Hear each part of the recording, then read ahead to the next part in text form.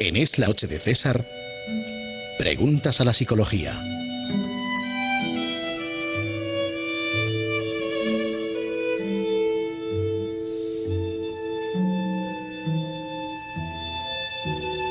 Bueno, pues ya estamos de regreso. Ha llegado nuestra psicóloga de guardia y vamos a continuar con esas preguntas que ustedes le plantean. Muy buenas noches, doña Pilar. Muy buenas noches, don César, y a todos nuestros seguidores. Bueno, tengo que decir previamente que la gente se quedó muy impresionada, se queda habitualmente muy impresionada de su sección. Por Dios. Pero el día que trató el tema de la muerte, hasta tal punto que vamos a tener que hacer una segunda parte la semana que viene, porque efectivamente han quedado muchas preguntas. Por suscripción popular. Sí, realmente por suscripción popular, se podría decir. Pero en fin, hoy las preguntas van en otra dirección.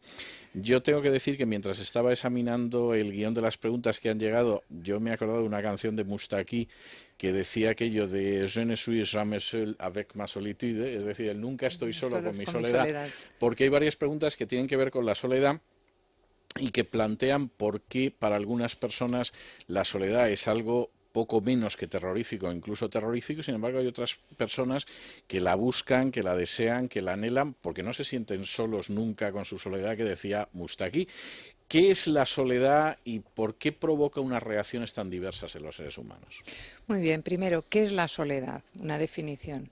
Pues es la ausencia, la carencia de compañía. De una manera, esa carencia de una manera voluntaria o de una manera impuesta.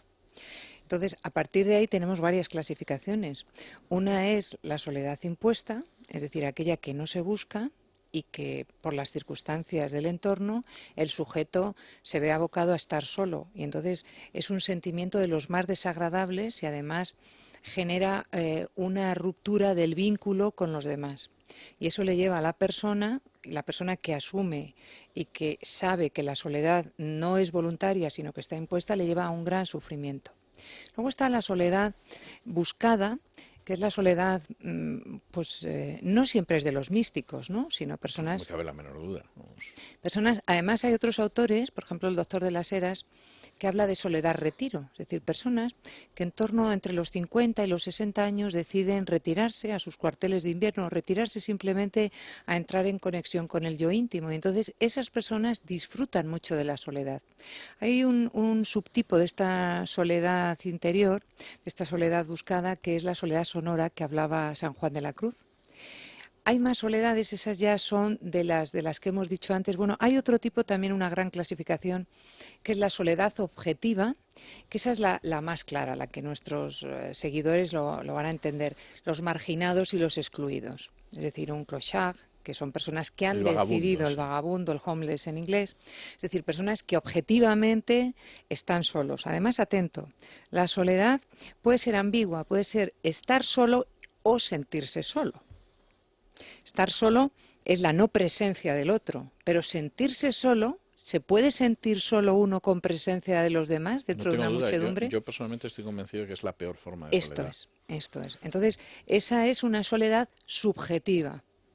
Por ejemplo, ¿sabía usted que hay ancianos de la misma edad, por ejemplo, una edad entre 75 y 85 años, que se sienten más solos en un edificio de pisos en una gran urbe que el compañero de la misma edad en un pueblo, donde también está solo? Sí, no tengo ninguna duda.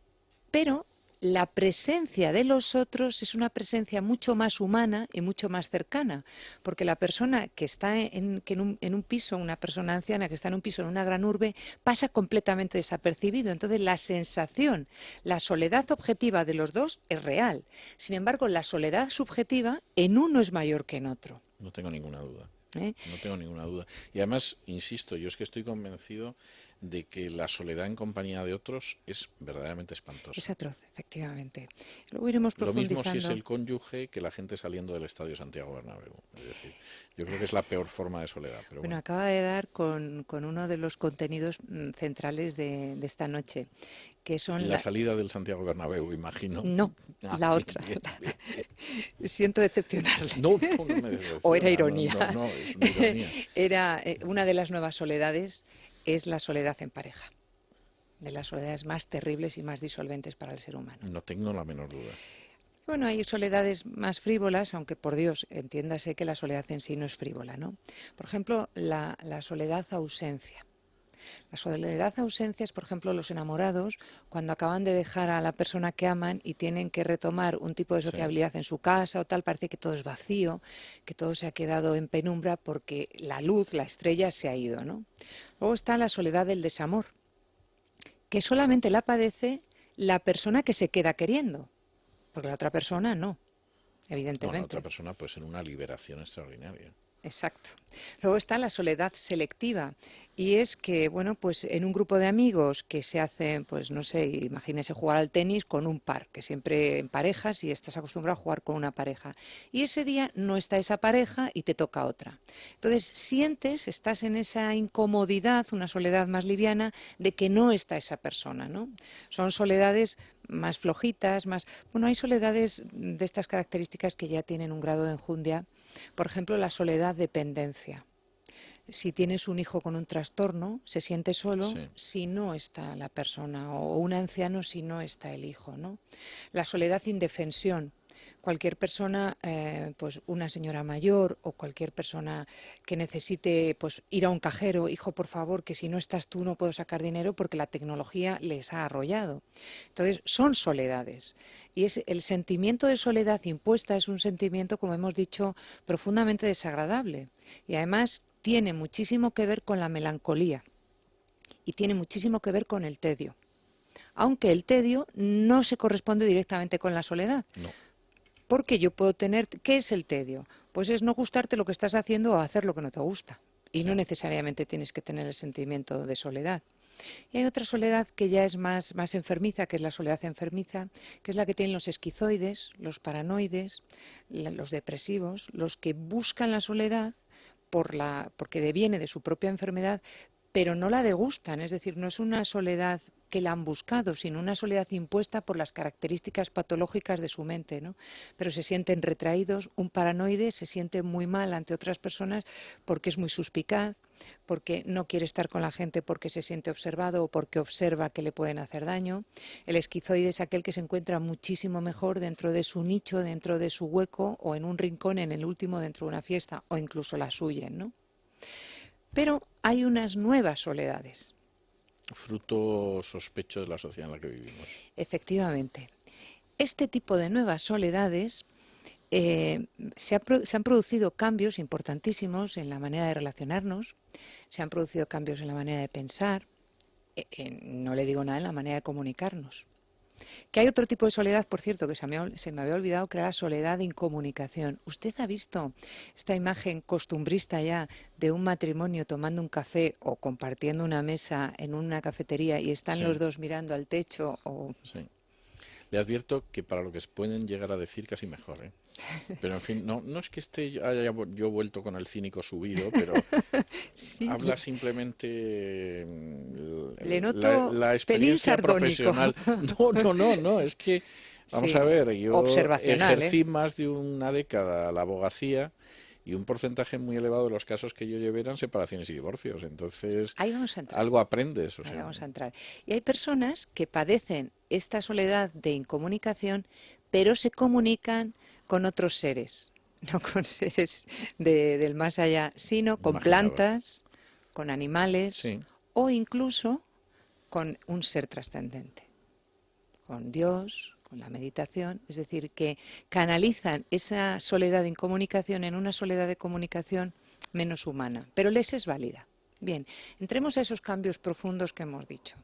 Pues en esos cambios profundos también hay cambios de la pareja, cambios relacionales. El núcleo de estas nuevas soledades está en la pareja. Decía, esto no me lo he inventado yo, decía Gisèle Halimi, que es una proactivista feminista de la Revolución del 68, decía: tenemos que atacar y destruir a la familia tradicional patriarcal. Y para ello es necesario eliminar la convivencia de pareja durante generaciones. Esto tiene un Bien, calado. como objetivo vital, Lo ha conseguido. yo no lo creo. Lo ha conseguido. Le explico. Vamos a ver. Las mujeres tienen un cambio sustancial en lo que es el concepto de pareja y de matrimonio. El matrimonio Bueno. ya no es una garantía de seguridad, de proyecto vital, del nosotros. Bien, estoy de acuerdo con Bien, eso. Sí. ahora Lo cual mismo, no quiere decir que no haya mujeres que lo añoren mucho. bueno, ahí viene la esquizofrenia y el sentimiento de soledad. Bien, don César, ¿por qué? Porque la esquizofrenia de la mujer es que ella, su característica, su constitución identitaria tradicional, viene precisamente de querer ser madre, esposa, es decir, añorar un varón que proteja, que cuide, que sea el que cuide la manada. Habló de Konrad Lorenz. Sí, Bien. efectivamente. Pero por otro lado, se han culturizado por ese tipo de movimiento de cambio brusco que ha habido, en que tienen que ser expansivas de su ser, no del nosotros, de su ser. Y sobre todo tienen que ser altamente independientes y con una autonomía y un prestigio laboral. Eso, enjugar todo eso, les produce una serie de tensiones y de frustraciones enormes, de tal manera que hay muchas mujeres orquesta, que llevan adelante su trabajo, que sacan adelante a duras penas a su familia, pero que cuando cumplen la crianza, el 70% de las demandas de divorcio son solicitadas por las mujeres. No me cabe duda. Porque dicen, esta carga, cuando se separan, esa carga esquizofrénica cede y dice, yo vivo mejor ahora que estoy sola. Una nueva soledad. Aunque dentro de ella... efectivamente se han casado. Claro. Sí, si llegan a los 35 y siguen solteras, el proceso es el inverso. Bien, es que esa es otra historia. La soltería es un estado civil, pero la soledad es un estado de ánimo. Entonces, cuando la soltería pasa más allá de los 35 en la mujer, antes, en torno a 1950, se veía mal. Y además eran las capas más, los estratos más bajos las que estaban solteras. Acuérdese de la película tremenda Calle Mayor. Extraordinaria película, por cierto. Extraordinaria, pero refleja basada perfectamente... en un hecho real. No me cabe la menor duda. No me cabe la menor duda. Cuando se pasaba de determinada edad, la mujer, además, se les consideraba inválidos afectivos, inválidas afectivas. ¿Qué tendrá este o esta que no logra casarse? He vuelto a ver esa película, hará cosa de 2 meses y medio. Si yo tuviera que escoger solamente 3 películas para definir lo que fue el franquismo que yo conocí, una sería Calle Mayor. Cierto, es terrible. Totalmente, o sea, es un análisis de la psicología retrato y de la sociología de lo que era esa sociedad que yo conocí en mi infancia y en mi adolescencia, que yo la última vez que la había visto 2 o 3 veces antes, me quedé sobrecogido, porque yo podía poner caras y nombres a todos los personajes secundarios que iban apareciendo a lo largo de la película. Exacto. Y además se mascaba muy bien las soledades, porque no solamente era la soledad de la protagonista, sino la soledad enmascarada del grupo de hombres de lo que entonces era la virilidad. Que la virilidad, dice de Jung, que es un psicoanalista, dice que la virilidad se mide con la vara de la violencia hacia el más débil. Sí, hay gente que normalmente, así, sí. Sí, pero es así. Normalmente la que tradicionalmente ha sido la débil ha sido la mujer. Pero ahora se han invertido Por cierto, los papeles. Y la feminidad de los personajes de la película también se mide con la vara de la violencia verbal hacia la más débil. Exacto. Es decir, las señoras que paran a esta pobre infeliz en la calle para decirle, nos hemos enterado que tienes novia. Trabajo te ha costado, ¿eh? Eso es. En fin, es otra manera de apuñalar al prójimo. Esa es la parte peyorativa de que en determinados momentos y culturas la soltería ya empieza a ser un tufo de que esta persona no encaja, no tiene el vínculo social para convivir con los otros. Bueno, eso ha cambiado completamente, gracias a Dios. Pero han salido nuevas soledades. Y las nuevas soledades... nuevas solterías. Sí, nuevas solterías y soledades. Porque ahora mismo, si hablamos jerárquicamente, entre los 20 y los 35 años, esa soltería es anhelada y se vive como singles o como celibants. Sí, bien, cierto. Y ahí, digamos que es la época más interesante para degustar esa soledad en búsqueda de un amor. Eso se proyecta de una manera idealizada en los medios de comunicación, facilitando que el hombre verdaderamente triunfador es ese que vive solo, independiente. ¿Por qué? Porque interesa, porque es un ser que consume mucho. Consume más ropa, consume más productos de viaje, consume más productos de estética. Es decir, es una persona que es potencialmente interesante para la sociedad consumista y narcisista.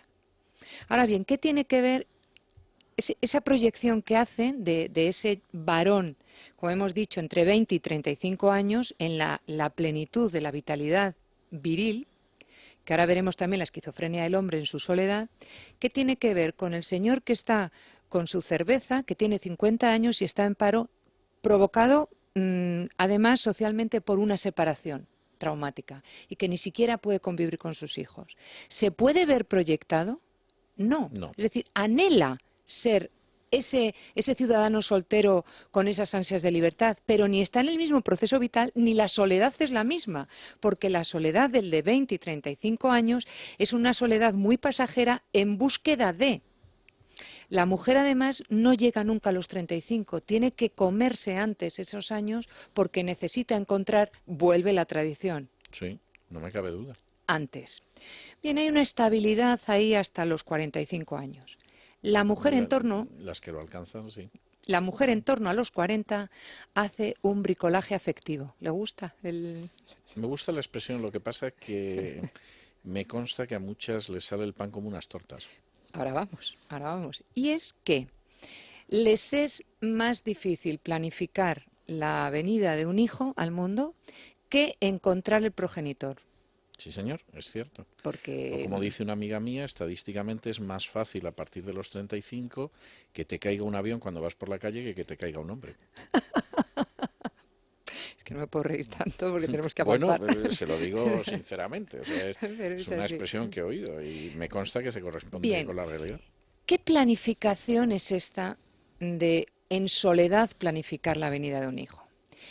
Es una planificación del yo narcisista. Es decir, el hijo es una prolongación de su éxito o su prestigio como autonomía de mujer que puede hacer ella sola todo. O a veces de la falta de éxito y de prestigio. Pero además, Tengo que decirle, ¿eh? O sea, claro, pero hace y deshace ella sola. Entonces, el hijo, ¿qué ocurre? Que el hijo que viene en esas circunstancias se siente altamente culpable porque vive y convive con la soledad de la madre. Porque además la soledad de estas madres solteras tienen que dividirse y deshacerse en dos roles distintos, el rol masculino y el rol femenino. Nuevamente esa esquizofrenia, porque ella en su interior, no de cara a las demás, que este tipo de mujeres altamente autónomas y con una consideración muy alta sobre ellas y un odio muy explícito hacia los otros hombres, buscan la solidaridad de las iguales y entonces tienen una relación de adolescentes entre las mismas separadas. Entonces, generan con sus hijos esa especie de esquizofrenia muy sutil, pero claro, es que si yo tuviera un padre aquí que te marcase, es que yo no puedo con esto, pero a la vez quieren ser autónomas porque sí se sienten que van a poder con esto. Entonces, en el fuero interno de la mujer, claro que hay soledad, y terrible, porque es una soledad además no generada por ella, sino impuesta por una ingeniería social que ha partido de los años 60 y... Y ahora vamos con los hombres. ¿Qué tipo de soledad sienten los hombres? El ser hombre ahora mismo no es, digo como identidad, no es nada obvio. ¿Por qué digo esto? Porque tienen que conjugar nuevamente otra esquizofrenia entre lo viril y lo metrosexual. Es decir, ahora mismo el hombre tiene muy pocas garantías, muy poca seguridad de éxito laboral. Y esas pocas y escasas garantías tampoco las encuentra en la vida de pareja, porque está altamente inseguro, porque la mujer le está midiendo constantemente con el rasero de no tienes la funcionalidad que yo espero. ¿Y por qué cree usted que a todos los hombres les preocupa eso? Porque yo estoy convencido de que hay muchos hombres que les importa un pimiento. Bueno, permítame reformular sí, lo que quiero decir para sí, que comprenda bien lo que quiero decir. Vamos a ver, yo creo Voy a simplificar un poco con lo que le voy a decir, pero creo que el feminismo ha conseguido convertirse en un infierno para los hombres decentes y en un paraíso para los golfos. Claro, Y claro. efectivamente, sí, supongo que hay gente que quiere tener una familia más o menos convencional, una pareja estable, unos hijos, etcétera, que efectivamente se puede encontrar, gracias al feminismo, sumido en las profundidades del Hades. Claro. Pero el tipo de hombre más desaprensivo y repugnante que se pueda imaginar, le han diseñado una sociedad maravillosa. Esto es. En esta, Sinceramente, en creo esta que convulsión, ninguno hubiera pensado en que se podía llegar a tanto. exacto, en esta convulsión, las mujeres del baby boom, que son las de mi generación, entre los 50 y los 60, alcanzaron esa autonomía, esa expansión del ser, donde lo importante no era la pareja ni el amor, sino su propia autonomía. Determinados hombres con determinado carácter muy narcisista, muy histeriforme y muy egocéntrico, dijeron, esta es la nuestra, Pero no tenga duda. para tener aventuras y para, a tenor de esa autonomía de las mujeres, ellos también se enganchan a fantástico, autonomía y libertad para todos. Bueno, decía Gore Vidal, hablando de esa época, dice, la verdad es que entre el feminismo y las sulfamidas fue el paraíso sexual. Claro. Y no tengo la menor duda, Claro. o sea, Pero es que esas no cabe mujeres duda, vamos. autónomas del baby boom, que han querido ser muy liberales, han querido ser muy expansivas en su yo, no en la pareja y en la construcción del nosotros, sino del yo, cuando se sentían traicionadas y engañadas reaccionaban como mujeres tradicionales. Es decir, qué canalla eres, Claro. que me has engañado. Y ellos decían, oye, pero tú no eres esa liberal que... Claro, Bueno, ahí justo estaba. castigo a determinadas maldades. Claro, pero eso lo que ha generado, ese castigo, es lo que se recoge en los manuales ahora de psicología como las nuevas soledades. ¿Mm? Bueno, de eso no me cabe la menor duda. Hay además una soledad que quiero específicamente porque lo veo mucho en la consulta. La soledad del hombre padre. El hombre padre que se ha separado en torno a los 50, la mujer ha decidido que da más importancia a su expansión y a su autonomía que al matrimonio.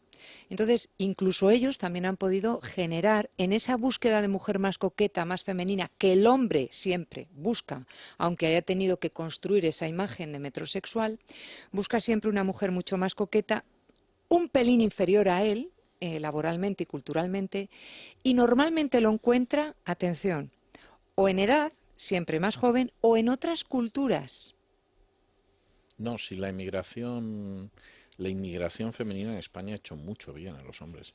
Claro. Es otra de las tesis que yo vengo Claro. sosteniendo desde hace años. Entonces, ¿podía encontrar la Por felicidad? ejemplo, en Almería, las señoras que se manifiestan en contra de las rusas y de las polacas no tienen un equivalente en otra parte de España en los señores manifestándose, yo qué sé, contra los brasileños, pongo por qué. No. No se da. Esto es. No se da. Es por este No, no. fenómeno. Sí, sí.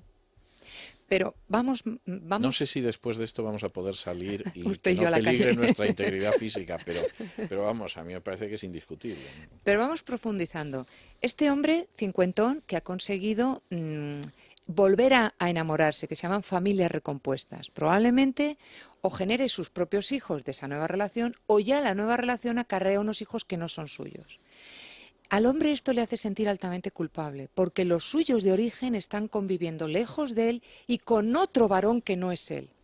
Apenas puede decidir la educación de sus hijos propios, pero es que tampoco puede hacer nada educativamente con los hijos de la nueva pareja, porque hay una barrera de, precisamente por ese feminismo de, oye, estos son míos y tú no ejerces de.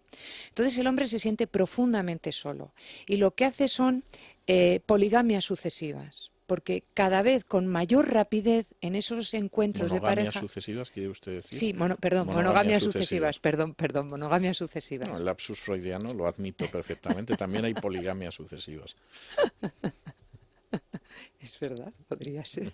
Podría ser perfectamente. Sí, bueno, pues en las monogamias sucesivas, efectivamente el hombre cada vez repite ese ciclo con mayor rapidez y siente mayor soledad también. Y al final termina en sus días, en torno a los 60, 75 años, solos y con esa sensación de vacío interior, que es una de las soledades peores, la del vacío interior. ¿Qué cambios de pareja sustanciales han facilitado esta soledad? Tradicionalmente, el matrimonio estaba, la razón de ser era la institución. Es decir, había razones económicas, como la unión patrimonial de dos familias, y además una razón educativa de pasar valores de una generación a otra. Ahora, sobre todo en los 90 y en los 2000, ya no es la institución, sino el amor. Bueno, pues está muy bien, ¿no, Pilar? No, no, porque no es el amor con mayúsculas, no, es un amor sentimentalón, es un amor pasión, es un amor sexualizado. De tal manera que cuando aparece la mínima frustración, y además es un amor narcisista, es decir, te amo por lo que tú me devuelves de mí mismo en este momento que estamos tan a gustito. Entonces, no es te amo a ti, sino me amo a mí a través de ti. Bueno, y las prestaciones que se reciben. Bien, pero es que esas prestaciones dejan de ser recompensa cuando aparecen las mínimas dificultades. Hombre, claro, es que todo hay que ver el precio que tiene. Por eso, claro, por No, eso... de verdad no quisiera pecar de cínico porque de verdad que no es así. Simplemente estoy intentando describir de manera bastante exacta lo que estoy viendo en docenas de personas a mi alrededor. Esto es. Entonces, cuando ahora dicen, no hace falta el compromiso del matrimonio porque si nos queremos, basta. No. Es que el matrimonio, la pareja, no se debe sustentar solo en el amor. Se debe sustentar en un proyecto y en una racionalidad. Porque es que si no, los sentimientos, en el momento que desaparezcan o cambien, porque el proyecto común, el nosotros, es muy complejo y la singladura de la vida pasa por muchos momentos, desaparece el amor y es aquello de se nos rompió el amor. Fíjese la diferencia de hace unas generaciones. Eso tiene esta música. Sí, sí, lo cantaba la Jurado Por eso maravillosamente. digo, sí. Fíjese, hace unas generaciones incluso usted y yo lo hemos podido vivir. Hacía falta en la relación de un hombre y una mujer muchos días y mucho tiempo y muchos sentimientos, ir poniendo un sentimiento tras otro, hasta que tímidamente un día se decía a la orejilla, te amo. Eran otros tiempos. Sí. Usted ha leído mucho a Dickens, ¿eh? Espere un momento. Ahora van las palabras primero y luego encajarán o no los sentimientos. Es te amo. Te amo en este momento y por lo que estoy recibiendo. Pero es que al cabo de 2 meses, el otro, la otra dice, oye, ¿tú no me habías dicho que te amo? Es decir, la palabra amor ha perdido, como otras muchas otras, el fondo, el significado. No es lo mismo. Estoy pensando, vamos a ver, he estado releyendo en las últimas semanas a Dickens y una novela que estoy releyendo ahora, yo creo que a partir de la página 10 está claro quién va a acabar con quién y entre medias hay 400 páginas. Lo cual para mantener la es atención. bastante significativo, ¿eh? Y no tengo ninguna duda de quién va a acabar con quién, vamos, convencidísimo desde el principio. Bien, y hay una nueva soledad que para mí es la que menos risa me produce, y es la soledad infantil y la soledad juvenil. ¿Por qué los botellones? ¿Por qué los niños escudos humanos? ¿Por qué los niños rotos de separaciones? Ahora contigo, ahora conmigo. Los niños que sufren una separación están profundamente solos y además están condenados porque el padre y la madre puede hablar. Su señoría es el que además dice dónde debe vivir la criatura. Pero los niños además están condenados a callar y oficialmente a decir lo que políticamente es correcto. Yo quiero mucho a mi mamá, yo quiero mucho a mi papá. Que en el fondo de su ser, en el inconsciente, es así, pero que toda la batalla campal que sufren estas criaturas les lleva a tener grados de soledad enormes. Cuando cogen la maletita y se tienen que ir los fines de semana a ver al otro, al papá o a la mamá, normalmente al padre, sufren enormemente, porque esas criaturas están partidas, no entienden nada. Si además tienen que llegar, o sea, una separación siempre les va a hacer un agujero de soledad, pero si además tienen que compartir familias recompuestas, es decir, tienen que llegar a la casa de su padre donde hay una nueva novia y unos nuevos hijos, que esos hijos comparten toda la semana con su padre. eso, bueno, culturalmente está muy bien aceptado y sus señorías pueden poner todas las palabras que queramos bonitas y de adultos. Pero los niños no se lo tragan y sufren enormemente y te dicen, ¿por qué? ¿Por qué se han separado? ¿Qué he hecho yo? Todos estos niños se sienten culpables, todos. Si además él y ella utilizan a los niños, y es muy frecuente como escudos humanos, frecuente, sí. los críos se deshacen. Entonces, Como escudos humanos, como arma arrojadiza. completamente. Y tienen que escuchar y presenciar cosas que evolutivamente no están preparados para poder digerir eso. Y además se les trata como adultos en pie de igualdad emocional con el padre o la madre. Y además se les pone una paleta, un depresor para que vomiten todo lo que ha pasado cuando llegan de la otra casa, cuando en realidad lo que ellos quieren es silenciar nuevamente la soledad. Porque si hablan, saben, son niños pero no son imbéciles, saben perfectamente que aparece más batalla entre ellos. Entonces, las soledades que se están viendo, o los chicos jóvenes, los botellones son grupúsculos de soledades. Fíjese, la tonalidad que hay en los botellones es lo pardo, lo negro. Es decir, son soledades enmascaradas. Enmascaradas en la música, enmascaradas en el alcohol, enmascaradas en la sexualidad, pero soledades de grandes vacíos de familias que han sido volatilizadas, desestructuradas, de profesores que no han entendido que hay que llenar con ejemplo, con conductas de modelo fuerte a esos jóvenes que están perdidos y que piden a la sociedad adulta que esto cambie para que dejen de estar solos. Porque en el momento que tú les das apoyo emocional, cuando les das compañía de acogida, te reaccionan con vitalidad como lo que son unos jóvenes. Muchos de ellos vienen de familias perdidas, de familias que han sido víctimas de todo este cambio sustancial que ha habido, de todo este cambio identitario. Si ahora mismo están viendo jóvenes que su padre se debate entre la virilidad y la metrosexualidad, que su madre se debate entre la autonomía y el ser sexy, ¿qué identidad de género y de rol y de sexo van a tener estas criaturas si esto es un galimatías social?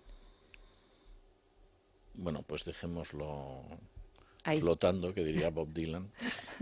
La veo la semana que viene para hablar de la Muchas muerte. gracias. Parece un poco tétrico, pero después de lo que Da hemos mucho hablado de hoy, sí. casi de alegría, ¿eh? En fin, la veo la semana que viene. Hacemos una pausa y regresamos con nuestra tertulia de análisis político. Es la noche de César, con César Vidal.